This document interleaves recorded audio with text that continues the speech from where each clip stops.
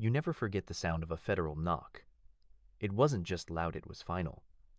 Like the universe had just slammed a gavel on your life. I was in my pajamas, brushing my teeth, when 3 sharp bangs rattled my front door at 6:12 a.m. The kind of knock that doesn't ask permission. I peeked through the window and froze. 2 men in black suits, one woman holding a folder with a gold DOJ seal.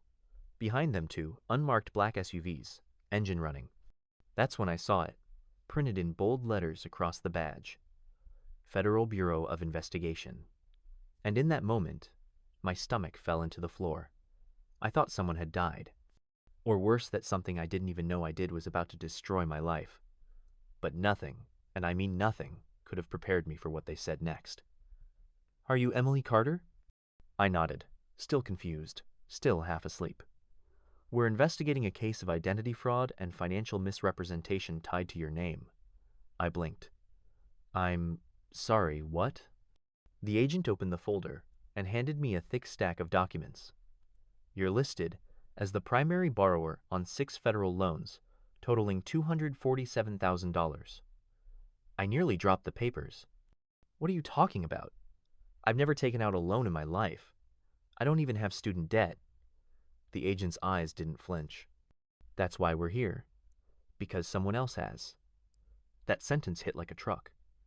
My name, my social security number, my future tied to nearly $250,000 I'd never seen, never spent, and had no idea existed. But the biggest shock of all? The names on the cosigner lines.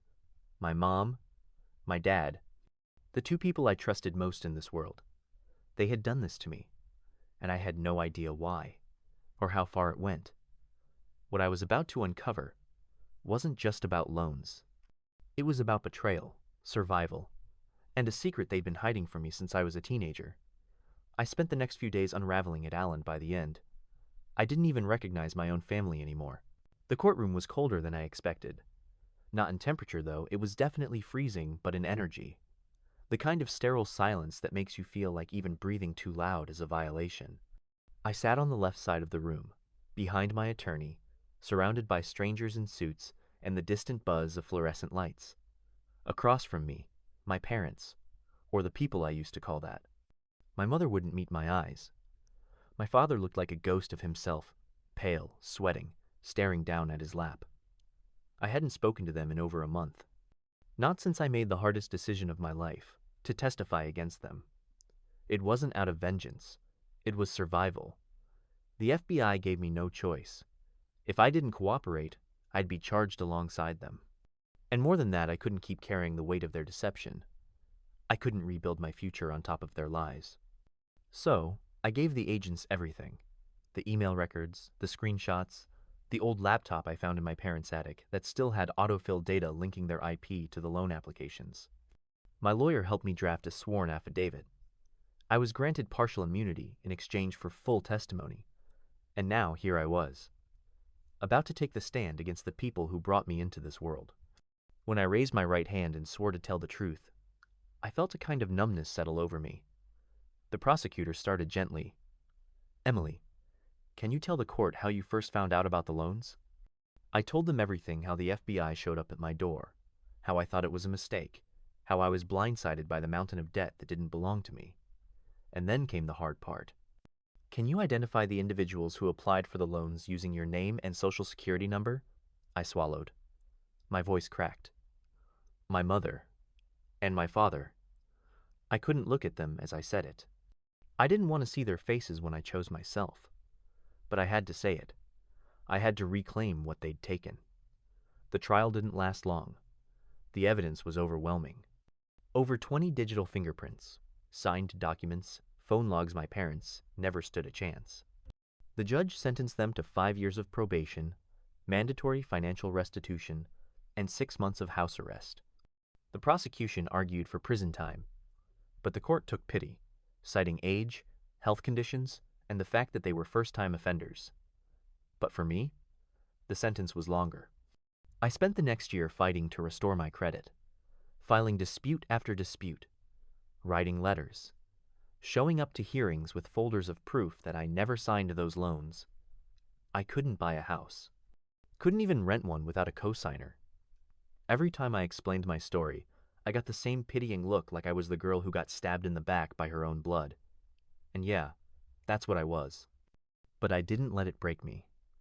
I got a job. A better one. I saved every cent. I started rebuilding what they had tried to destroy. It wasn't easy. It still isn't. I'm still paying for things I never bought, still untangling the web they left behind. But I'm not hiding anymore.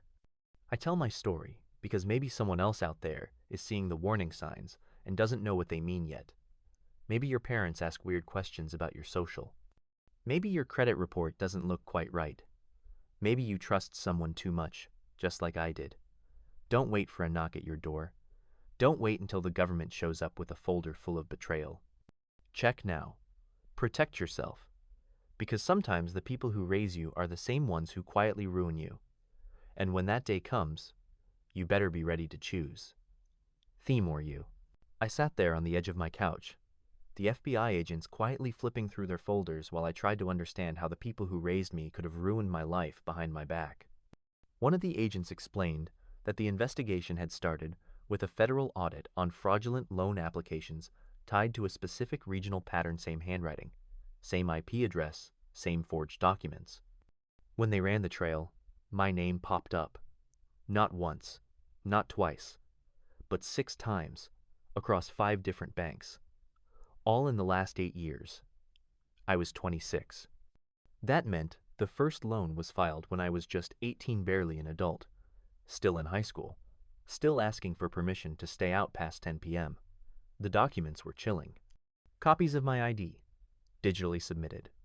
A fake email address that was just 1 letter off from mine. Electronic signatures that almost matched, but not quite. They were good. Almost perfect. Almost. The agents left me with a deadline. Get a lawyer, get your records in order, and be ready to prove your innocence. If you can't prove it wasn't you, you'll be liable for every cent. I remember calling my mom that night, voice trembling. Do you know anything about these loans? There was a long pause, then a cough. Then that overly sweet tone she always used when she was trying to lie. What loans, honey? I didn't say anything. I just emailed her a photo of the first loan document with her signature right next to mine. 2 hours later, my phone rang. My dad this time. It's complicated, Em, he said, as if that phrase could cover financial fraud.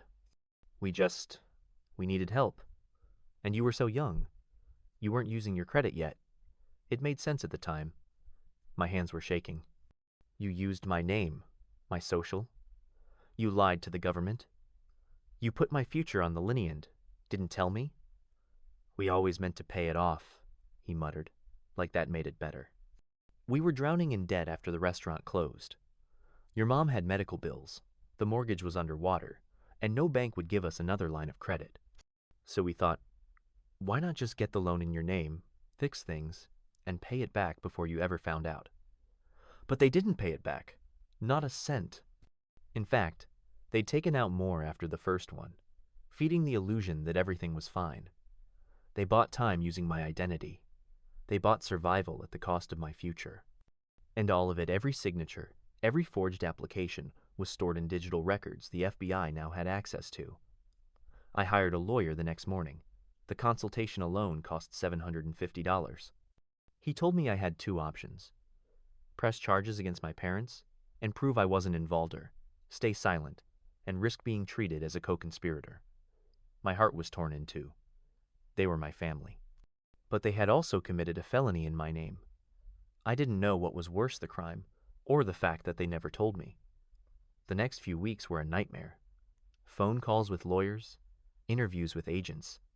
I requested my full credit report and nearly threw up when I saw my score. 484.